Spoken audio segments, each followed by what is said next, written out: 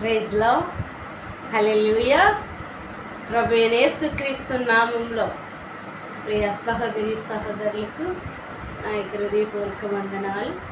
ఈ దినము దేవుడు మనతో మాట్లాడిన మాట కీర్తన భాగము 6వ అధ్యాయము 6వ వచనం.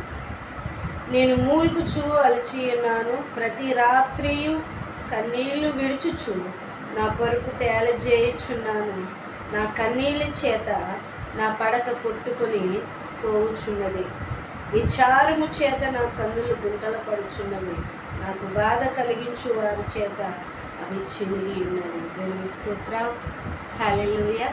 ప్రియ సహోదరి సహోదరులారా, మరి దినము దేవుడు మనతో ఏమని మాట్లాడుచున్నాడంటే కన్నీళ్లు విడువమని, మరి కన్నీటి ప్రార్థనకు దేవుడు ప్రతిఫలం ఇస్తాడని పరిశుద్ధాత్మ దేవుడు మాట్లాడుచున్నాడు. ఇక్కడ భక్తుడైన దావీదు ఏమంటున్నాడంటే, నేను మూలుగుచ్చు అలచి ఉన్నాను, ప్రతి రాత్రియు కన్నీళ్లు విడుచుచు నా పరుపు తేలజేయుచున్నాను, నా కన్నీళ్ళ చేత నా పడక కొట్టుకొని పోవచ్చున్నదని పరిశుద్ధాత్మ దేవుడు మాట్లాడుచున్నాడండి. ప్రియ సహోదరి సహోదరుడా, మనం కన్నీళ్లు విడుచుచున్నామా? దేవుని సన్నిధానంలో, మరి దేవుని యొక్క సన్నిధానంలో మనము కన్నీళ్లు విడవమండి. దేవుని సన్నిధానంలోనే కాదు, ఏ విషయంకైనా మనం కన్నీరు కార్చినట్లయితే దేవుడు తప్పనిసరి ప్రతిఫలం ఇస్తాడు. మరి నెహెమ్యా గ్రంథం 1వ అధ్యాయంలో మరి 3వ వచనం నుంచి, మరి నెహెమ్యా గారు యెరూషలేము గుమ్మములు కూల్చబడి ఉన్నవని మరి తెలిసినప్పుడు తను ఉపవాసం ఉండి ప్రార్థన చేసి ఉన్నాడండి. మనం చూసినట్లయితే నెహెమ్యా గ్రంథం 1వ అధ్యాయం, నెహెమ్యా గ్రంథం 1వ అధ్యాయం 5వ వచనం. ఎట్లనగా, ఆకాశమందున్న దేవ, భయంకరుడైన గొప్ప దేవ, నిన్ను ప్రేమించి నీ ఆజ్ఞలను అనుసరించి నడుచుకుని వారికి కటాక్షించి వారితో నిబంధన స్థిరపరచువాడా, నీ చెవియొగ్గి నీ నేత్రములను తెరిచి నీ సన్నిధి దివారాత్రులు నీ దాసుని నేను ఇశ్రాయేలు పక్షముగా నేను ప్రార్థన చేయు ప్రార్థన అంగీకరించము. దేవుని స్తోత్రం, హల్లెలూయా. మరి 3వ వచనంలో చూసినట్లయితే, వారు చెరపెట్టబడిన వారిలో శేషించిన వారు ఆ దేశంలో బహుగా శ్రమను నిందను పొందుచున్నారు. మరి యెరూషలేము యొక్క ప్రాకారములు పడద్రోయబడినవి, దాని గుమ్మములను అగ్ని చేత కాల్చబడినవని నాతో చెప్పారు. ఈ మాటలు వినినప్పుడు నేను కూర్చుండి ఏడ్చి కొన్ని దినములు దుఃఖముతో ఉపవాసం ఉండి ఆకాశమందరి దేవుని ఎదుట విజ్ఞాపన చేసి తిని. దేవుని స్తోత్రం, హల్లెలూయా.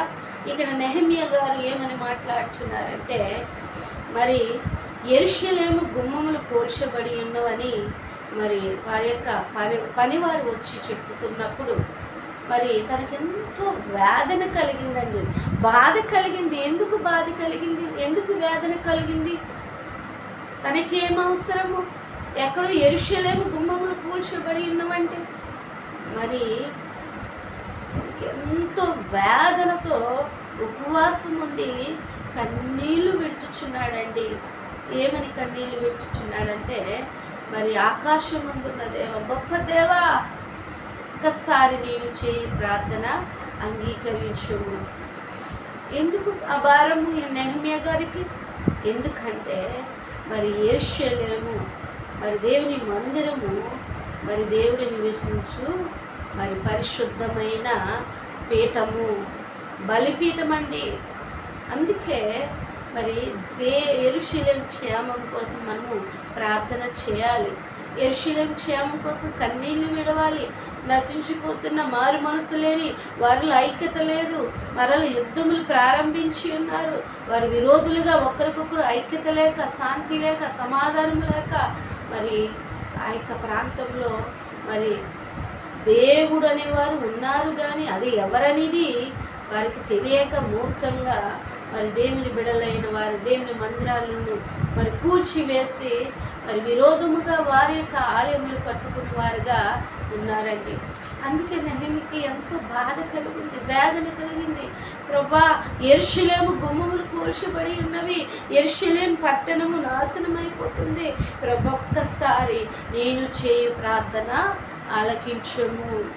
కన్నీళ్ళు, ఉపవాసం నుండి కన్నీళ్ళు విడిచాడండి. మనకు ప్రతిదానికి సమాధానం కావాలి అనుకుంటాం, ప్రతిదీ మనకు విజయం కలిగేయాలి అనుకుంటాం. మనం ప్రార్థన చేసిన వెంటనే దేవుడు కార్యం చేసేయాలండి. అడగకపోతే అమ్మైనా అన్నం పెట్టదని పెద్దలు అనేవారండి. నిజంగా మన కన్నీళ్ళు విడవకపోతే, మనం ఉపవాసం ఉండి ప్రార్థన చేయకపోతే, ఉపవాసము అనేది అది దేవునికి ఇష్టమైన ప్రార్థన. ఉపవాసంతో విరిగి నలిగిన హృదయము ఆయనకి ఇష్టమైన బలని పరిశుద్ధాత్మ దేవుడు మాట్లాడుతున్నాడు. విరిగి నలిగిన మన ఉపవాసం ఉంటున్నప్పుడు మన శరీరం నలుగుతుంది, మనకి మనస్సు పరిపూర్ణంగా మరి దాని గురించి ప్రత్యేకంగా ఆ అంశము కోసం మనం ఉపవాసం ఉంటాం కనుక బాధ్యతగా మన హృదయాన్ని దేవునికి ఇచ్చేవారుగా ఉంటాం. అందుకే ఉపవాస ప్రార్థనలో, కన్నీటి ప్రార్థనలో ఒక ప్రత్యేకత అనేది ఉన్నది. అందుకే నెహెమ్యాకు యెరూషలేము గుమ్మములు కూల్చబడి ఉన్నవని తెలిసినప్పుడు ఎంతో ఎంతో ఎంతో బాధపడ్డాడండి, ఎంతో వేదన చెందాడండి, ఎంతో కృంగిపోయాడండి. మరి కృంగిపోయి అంటున్నాడు, ప్రభా ప్రభా ఏంటి, ఎట్లనగా ఆకాశమందున్న దేవా, భయంకరమైన గొప్ప దేవా, నిన్ను ప్రేమించి నీ ఆజ్ఞలు అనుసరించి నడుచుకున్న వారు, కటాక్షించి వారితో నిబంధన చేయవాడా, నీ ఆజ్ఞలు అనుసరించాడు, నీ కట్టడలను అనుసరించాడు, వారితో నిబంధన చేయవాడా, ఒక్కసారి నేను చేయ ప్రార్థన ఆలకించుము అనేసి నెహెమ్యా గారు అన్నారు. అక్కడ దావీదు భక్తుడు, నేను మూలుగుచు అరచిన్నాను, ప్రతి రాత్రియు కన్నీళ్లు విడుచుచు నా పరుపు తేలజేయుచున్నాను. ఇది మనం కన్నీళ్లు విడుచుచున్నామా, ప్రార్థించుచున్నామా, దేవునికి ఒక ప్రాధాన్యమైన స్థానము ఇస్తున్నామా? మన కన్నీళ్ళు విడవకుండా, ప్రార్థన చేయకుండా కార్యాలు జరిగిపోవాలంటే మరి అది దేవుని చిత్తం కాదండి. తిరిగి నలిగిన హృదయం కావాలి ఆయనకి. నువ్వు లోకాన్ని విడిచిపెట్టాలి, పాపాన్ని విడిచిపెట్టాలి, అక్రమాన్ని విడిచిపెట్టాలి. నువ్వు ప్రార్థన చేసినప్పుడు స్వస్థత కార్యం జరగాలన్నా, అద్భుతం జరగాలన్నా, ఆశ్చర్యక్రియ జరగాలన్నా నువ్వు కన్నీరు విడిచినట్లయితే ప్రతిఫలము తప్పనిసరిస్తాడండి. కన్నీటితో విత్తువాడు సంతోషగానంతో పంట కోయనంటున్నాడు. సంతోషగానంతో పంటకు వస్తామండి. మన కన్నీరు, ప్రతి కన్నీటి పొట్టునంట మరి ఒక గుడ్డులో దాచబడి ఉంటుందండి. మన కన్నీరు, మన విజ్ఞాపన, మన వేదన అంతయు కూడా ఆయన చూచుచుంటాడు. ఎందుకంటే ఉదాహరణకు మన తల్లిదండ్రులైన వారు ఒక దానికోసం, ఒక వస్తువు కోసము మన కుమారులు కన్నీళ్ళు విడిచి ఏడుస్తున్నప్పుడు, అదంతా వేధిస్తున్నప్పుడు మన హృదయం ఎంత కరిగిపోతుంది, ఎంతగా మరి అది మనకు స్తోమతకు మించినదైనా మన కుమారులు కుమార్తెలు ఆ కన్నీటిని చూసి మన హృదయము ఎంతో నలిగిపోయి వారికి అది ఇవ్వడానికి, మరి ఆ వస్తువు కొనడానికి మన స్తోమతకి మించినదైనా ఏదో ఒక ప్రయత్నం చేసి వారికి మరి అది ఇవ్వడం జరుగుతుందండి.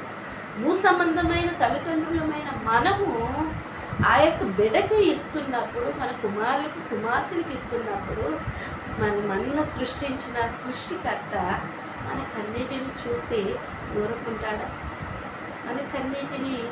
మన కన్నీటికి ప్రతిఫలము లేనివాడుగా, ప్రతిఫలం ఇవ్వనివాడుగా ఉంటాడా? లేదండి. పరిశుద్ధాత్మ దేవుడు, మనం అద్వితీయ దేవుడు, ఉన్నతమైన దేవుడు మన కన్నీటిని చూసి ఊరుకునేవాడు కాదు. పరుపున కన్నీళ్ళ చేత నా పడక కొట్టుకొని పోవచ్చున్నది అంటున్నాడు. అంత వేదనండి. అంటే భూ సంబంధంగా తను పడుకున్న పడక కొట్టుకొని పోవడం కాదు, కానీ తన హృదయంలో అంత బాధ, అంత వేదనతో అయ్యా నేను మూలుగుచు అలిచి ఉన్నాను. ప్రతి రాత్రి కన్నీళ్లు విడుచుచు నా కొరకు తేలిచేయుచున్నాను అంటున్నాడు. కన్నీళ్లు విడవాలండి. విడవకుండా మన ప్రతిఫలం ఎలా పొందుకుంటాం?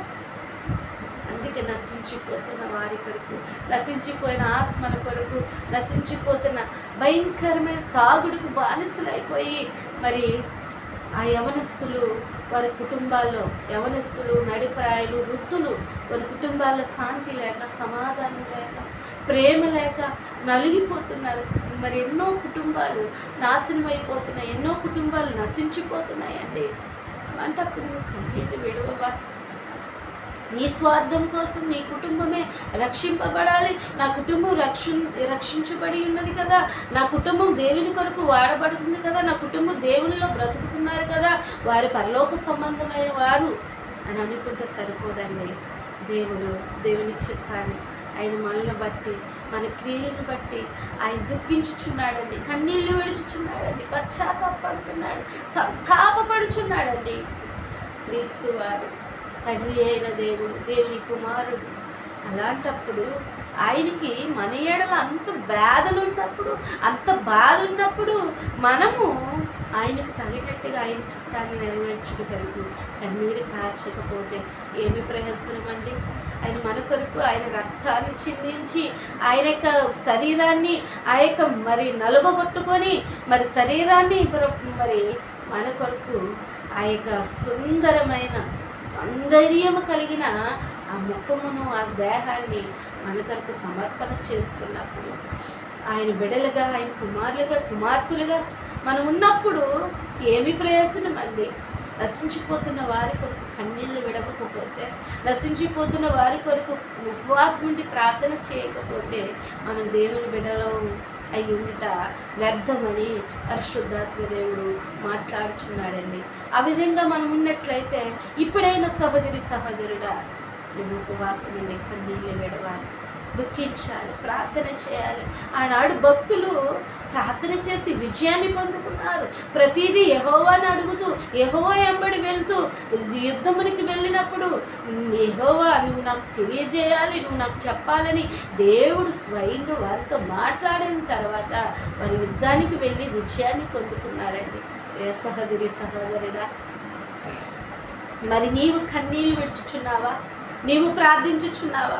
ఇర్మియా గ్రంథము 9:1 మరి ఈ విధంగా రాయబడి ఉన్నది. అక్కడ కూడా ఇర్మియా ఎంతో భారముతో మాట్లాడుచున్నాడండి. ఏమని మాట్లాడుచున్నారంటే ఒకసారి మనం చూసినట్లయితే ఇర్మియా గ్రంథం 9:1 నా జనులలో అత్తమైన వారిని గూర్చి నేను దివారాత్రులు కన్నీళ్లు విడిచినట్లు నా తల మరి జలమయముగాను, నా కన్ను కన్నీటి ఊటనగాను ఉండునుగాక నా జనుల అతులైన వారి కోసం. ఎందుకండి మరి ఆ వారికి నశించిపోతున్న జనాంగం కొరకు ఎందుకు బాధ, వేదన? ఎందుకంటే తండ్రి చెప్పి ఉన్నాడు, నశించిపోతున్న ఆత్మల కొరకు మనం కన్నీరు కార్చాలని, వారిని దేవుని రాజ్యమునకు సిద్ధపరచాలని ఆయన చిత్తమండి. అది ఆయన చిత్తాన్ని నెరవేర్చుట కొరకు మనం ఈ భూమి మీద ఉన్నాం. ఆయన చిత్తం నెరవేర్చుట కొరకు దేవుడు మనల్ని పుట్టించి ఉన్నాడు. ఆయన పిలుపు మేరకు మరి దేవుని సన్నిధిలో విజ్ఞాపన చేసేవారిగా, కన్నీరు కార్చేవారిగా, మరి ఆయనకు ప్రత్యేకమైన స్థానం ఇచ్చేవారిగా ఉండాలి. ఇవి ఏమంటున్నాడంటే నా జనులతులైన వారిని గూర్చి దివారాత్రులు కన్నీళ్ళు విడిచినట్లు నా తల జలమయముగాను, నా కన్నులు కన్నీటి ఊటలుగాను ఉండునుగాక అంటున్నాడు. మరి కన్నీటి ఊటలుగా ఉండాలి అంటే, కన్నీటి ప్రార్థన మనలో ఉండాలి అంటే మొట్టమొదటిగా పాపాన్ని అసహించుకోవాలి, లోకాన్ని అసహించుకోవాలి, దేవుని వెంబడి నడవాలి, దేవునితో బ్రతకాలి. దేవుని కొరకు సాక్షి ఉన్నప్పుడు నీలో పశ్చాత్తాపం వస్తుందండి, నీలో కన్నీటి ఉబ్బుకు వస్తుంది, వేదన ఉంటుంది. నశించిపోతున్న వారి కొరకు వేదన ఉంటుంది. దేవుని సన్నిధానంలో మనం అందరము కూడా మద్యపానం నిషేధించబడాలి. మరి అనేసి మనం ప్రార్థన చేయాలండి. ఆ మద్యపానం వల్ల అనేక కుటుంబాలు నాశనం అయిపోతున్నాయండి. సాతాను ఆ విధంగా వారి కుటుంబాల శాంతి లేక ఆత్మహత్యలు కూడా చేసుకుని వారు ఉన్నారు. ప్రభు పేరిట సహోదరి సహోదరులారా, దేవుని సన్నిధానంలో మద్యపానం నిషేధించబడాలని ప్రార్థన చేయాలి. మరి ప్రభుత్వ అధికారి మరి న్యాయమైన వాడు దేవుడు ఎన్నుకునేలాగా, మరి న్యాయమైన వాడిని మనకు పంపించేలాగా మన ప్రార్థనలో చేద్దాం. ఎలక్షన్ మరి మే నెల 13ని మరి దేవుడు ఒక న్యాయమైన వ్యక్తిని, ప్రజలకు ఉపయోగకరమైన వ్యక్తిని, ప్రజలకు తీర్పు తీర్చే వ్యక్తిని, ప్రజల ఎంబడి నడిచే వ్యక్తిని దేవుడు ఎన్నుకునేలాగా మనం ప్రార్థన చేద్దాం. దేవుని చిత్తం మేరకు దేవుడి కార్యం జరిగించాలండి. మరి ఎవరు వచ్చిన వారు మద్యపానం నిషేధించబడాలని వారు మరి దేవుని పేరట మనం అడుగుదాం. దేవుని సన్నిధిలో కన్నీరు కారుదాం. ఎందరో నశించిపోతున్నారండి. యవన బిడ్డలు మరి భయంకరమైన తాగుడుకు, బానిసత్వంకు బలైపోయి వారి చెలవిడిగా తిరుగుతున్నాడు. మరి లోకంలో తిరుగుతున్నారు, పాపంలో తిరుగుతున్నారు, అక్రమంలో తిరుగుతున్నారు. అలాంటి వారి కొరకు మనం బాధ్యత వహించాలి. అర్థమైన వారి కొరకు ఇర్మియాకి ఏమి అవసరం అండి? ఎక్కడో నశించిపోతున్న వారి కొరకు ప్రార్థన చేయడానికి ఇర్మియాకు దేవుడి చిత్తము, దేవుని యొక్క ప్రణాళిక నెరవేర్చుటకు ఆయన కన్నీళ్ళు విడుచుచున్నాడండి. నా తల జలమయముగాను, నా కన్నులు కన్నీటి ఊటగాను ఉండుగా అంటున్నాడు. మరి ప్రియ సహోదరి సహోదరుడా, నువ్వు కన్నీరు కాచుచున్నావా? నువ్వు దుఃఖించుచున్నావా? నువ్వు ఉపవాసం ఉంటున్నావా? నశించిపోతున్న వారి కొరకు నా కుటుంబం రక్షింపబడిందని కాదు, ఎందరో కుటుంబాలు, ఎంతోమంది నశించిపోతున్నారు. ప్రియ సహోదరి సహోదరుడా, నీకు భారం లేదా? ఇకనైనా సమర్పణ చేసుకో. నేను కొన్ని ఆత్మల కొరకు ప్రత్యేకంగా నేను ప్రార్థన చేస్తాను, వారిని రక్షించు ప్రభువా అనేసి మనము బాధ్యత వహించు వారుగా ఉండాలి. మనం చూసినట్లయితే ఇర్మియా గ్రంథం 9:17 అంటాడు, మరి సైన్యములకు అధిపతి యెహోవా ఇలాగ సెలవిచ్చుచున్నాడు, ఆలోచించుడి, రోదన చేయి స్త్రీలను కనుగొని వారిని పిలవనంపిడి, తెలివిగల స్త్రీలను కనుగొని వారిని పిలవనంపిడి, వారి కన్నులు కన్నీళ్లు విడుచున్నట్లుగా, మన కనురెప్ప నుండి నీళ్లు ఒలుకున్నట్లుగా వారు త్వరపడి మనకు రోదన ధ్వని చేయవలను. మన కన్నుల నుండి కన్నీళ్లు విడువ వరకు అంట, వారి కనురెప్పల నుండి రోదన, వేదన, బాధ కలిగేలాగా కన్నీళ్లు విడుచు మరి స్త్రీలను పిలవనంపుడి అంటున్నాడండి భక్తుడైన ఇర్మియా. ఎందుకు స్త్రీలకు ఒక ప్రత్యేక స్థానం? స్త్రీలు ఎందుకు? స్త్రీల దేవుని మరి కన్నీళ్లు విడుచుటికే ప్రత్యేకంగా పిలువనంపుడు అంటున్నాడు. వారి కన్నుల నుండి నీళ్లు ఒలికినట్లుగా వారి కన్నురెప్పల నుండి నీళ్లు రావాలి. వారు రోధించాలి, అంగలార్చాలి, నశించిపోతున్న బిడ్డల కొరకు వేదన పడాలని మరి మాట్లాడుచున్నాడండి. సహోదరి సహోదరుడా, ఇది నాన్న దేవుడు నీతో నాతో మాట్లాడుచున్నాడండి. మనం కన్నీరు కార్చువారిగా ఉన్నామా? అంగలార్చువారిగా ఉన్నామా? దుఃఖించువారిగా ఉన్నామా? దేవుని సన్నిధిలో కొన్ని ఆత్మలకు ఈ దినము నుండి సమర్పణ చేసుకోండి. నేను ప్రత్యేకంగా కొన్ని ఆత్మల కొరకు, నశించిపోతున్న కొంతమంది బిడ్డల కొరకు నేను ప్రత్యేకంగా ప్రార్థన చేస్తాను. మన ఈ రోజులైన వారిని మనం క్షమించాలి. దేవుడు మనల్ని క్షమించిన ప్రకారముగా వారిని కూడా మనం క్షమించి ప్రార్థన చేయాలి. మన మనసులో వారికి క్షమాపణ హృదయం లేకుండా మనం ప్రార్థన చేస్తే ప్రతిఫలం ఉండదు. మన శత్రువులను మనం క్షమించకపోతే, వారి కొరకు మనం ప్రార్థన చేయకపోతే మనము పరలోక రాజ్యమునకు వారసులము కాదు. వారందరి కొరకు కన్నీళ్ళు విడవాలి. లోకంలో బ్రతుకుచున్న బిడల కొరకు, అక్రమంలో అవినీతిలో బ్రతుకుచున్న బిడల కొరకు, దేవునికి విరోధమైన బిడల కొరకు, దేవుని యొక్క బిడల మీదకి మరి మూర్ఖంగా సాతాను అనేకులను మరి అర్థం చేసేటట్లు చేస్తుండగా మరి ఆ యొక్క బిడ్డలు మణిపూర్ ప్రాంతంలో ఏ విధంగా చిత్రించబడుచున్నారో, ఇది నాన్న మరి యెరూషలేము దగ్గర కూడా యుద్ధాలు జరుగుతున్నాయి, యుద్ధాలు ప్రారంభిస్తున్నారు. అనేకమైన క్రైస్తవులైన వారిని మరి చంపివేస్తున్నారు. ఉత్తర కొరియాలో మరి దేవుని వాక్యాన్ని ప్రకటించకుండా ఆటంకపరుచుచున్నారు. మరి భారతదేశంలో మరి దేవుని యొక్క బిడ్డలు మరి స్వార్థ ప్రకటిస్తున్నప్పుడు, మరి స్వార్థ యాత్ర చేస్తున్నప్పుడు వారిని కూడా ఆటంకిస్తున్నారు. ఆటంకపరచు దురాత్మ శక్తులు యేసు నామములో లయమైపోయేలాగా మనం అందరూ కన్నీళ్లు విడతాం, ప్రార్థన చేద్దాం. మరి ఎస్తేరు 120 సంస్థానములకు మరి ఎస్తేరు 120 సంస్థానంలో ఉన్న ప్రజల కొరకు ఎస్తేరు మొర్దెకై మరి పనికత్తులతో ప్రార్థన చేసి ఉన్నది, కన్నీళ్లు విడిచి ఉన్నది, ఉపవాసం ఉన్నది. ప్రియ సహోదరి సహోదరుడు, నీవు నేను కూడా దేవుని సన్నిధానంలో ప్రార్థన చేద్దాం. దేవునికి ఇష్టమైన బిడ్డలుగా ఉంటాం, దేవునికి ఇష్టానుసారమైన జీవితం జీవిద్దాం. అట్టి కృప దేవుడు మనకు అనుగ్రహించున్నారన్న దేవుని పేరట మరి అడుగుచున్నాను. ప్రైజ్లా, హల్లెలూయా.